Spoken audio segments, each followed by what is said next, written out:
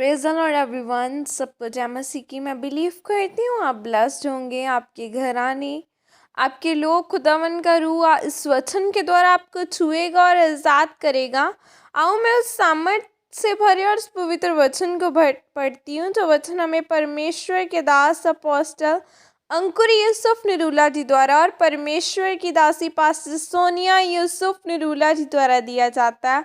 आओ मैं उस सामर्थ से भरे और उस पवित्र वचन को आप सब लोगों के लिए पढ़ती हूँ।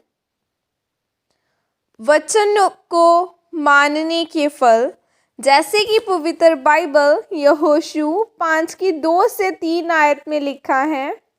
उस समय यहोवा ने यहोशू से कहा, चकमक की छुरियां बनवाकर दूसरी बार इस्राएलियों का खतना करा दे। तब यहोशू ने चकमक की छुरियां बनवाकर खलड़ियां नामक टीले पर इस्राएलियों का खतना कराया। हालेलुया। मेरे प्रियो, बाइबल कहती है कि जब आप परमेश्वर के साथ ईमानदार होते हैं तो आप परमेश्वर आपको ईमानदार लोग भी देता है जो आपके साथ चल सके।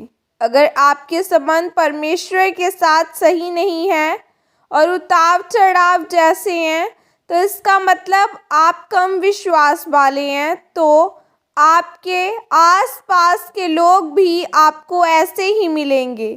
कुछ लोग परमेश्वर के साथ खेल खेलते हैं।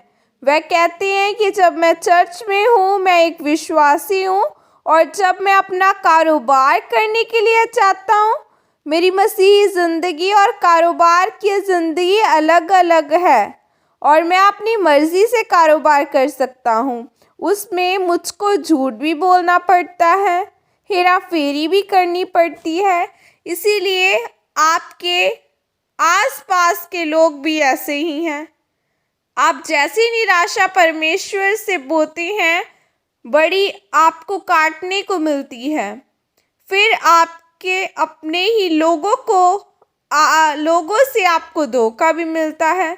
मेरे प्रियो, बाइबल कहती है कि तू गुप्त में प्रार्थना करेगा, परंतु मैं इसका इनाम तुम्हें लोगों में दूंगा। परमेश्वर ने कहा कि अगर तुम अंदर घुसकर मेरे साथ खेल खेलने की कोशिश करोगे तो वो भी मुझे नजर आएगा। कुछ लोग वचन को तोड़कर निराशा को हासिल करते हैं, तब उसको निराशा आगे बढ़ती जाती है। उनकी ज़िंदगी में, कारोबार में, परिवार में या लगातार निराशा में चले जाते हैं, परंतु आप भूल जाते हैं कि आपने परमेश्वर को निराश किया है। परमेश्वर ने कहा कि जिस तरह अन्य जातियां हमेशा खोज में रहती हैं, जैसे कि मेरा वीज़ा लग जाए, मेरी शादी हो जाए, परमेश्वर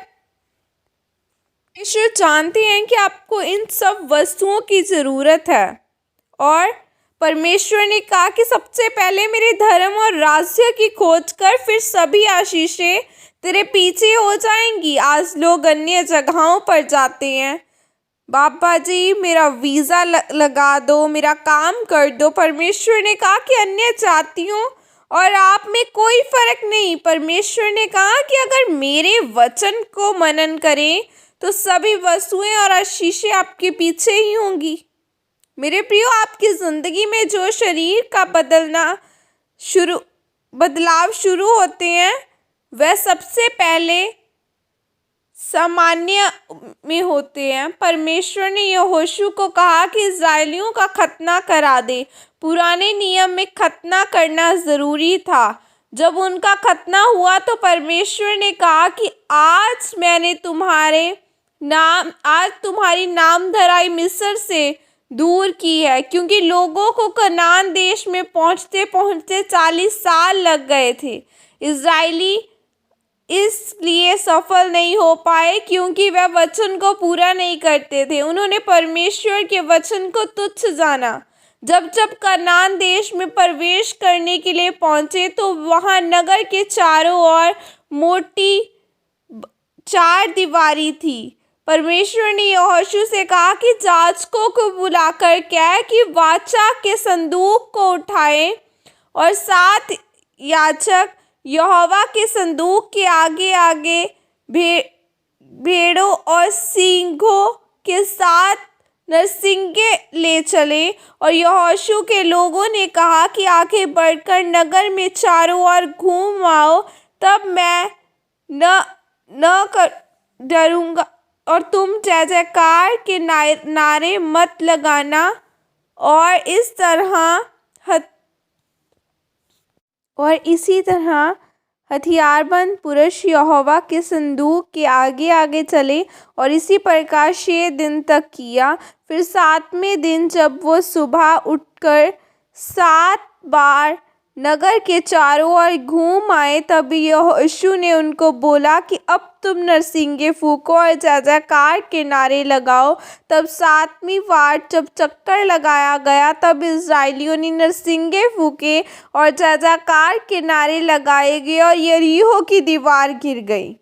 अगर आपके सामने कोई बीमारी की दीवार है, लाचारी की है, गरीबी की दीवार है, उसका हल सिर्फ परमेश्वर ही कर सकते हैं।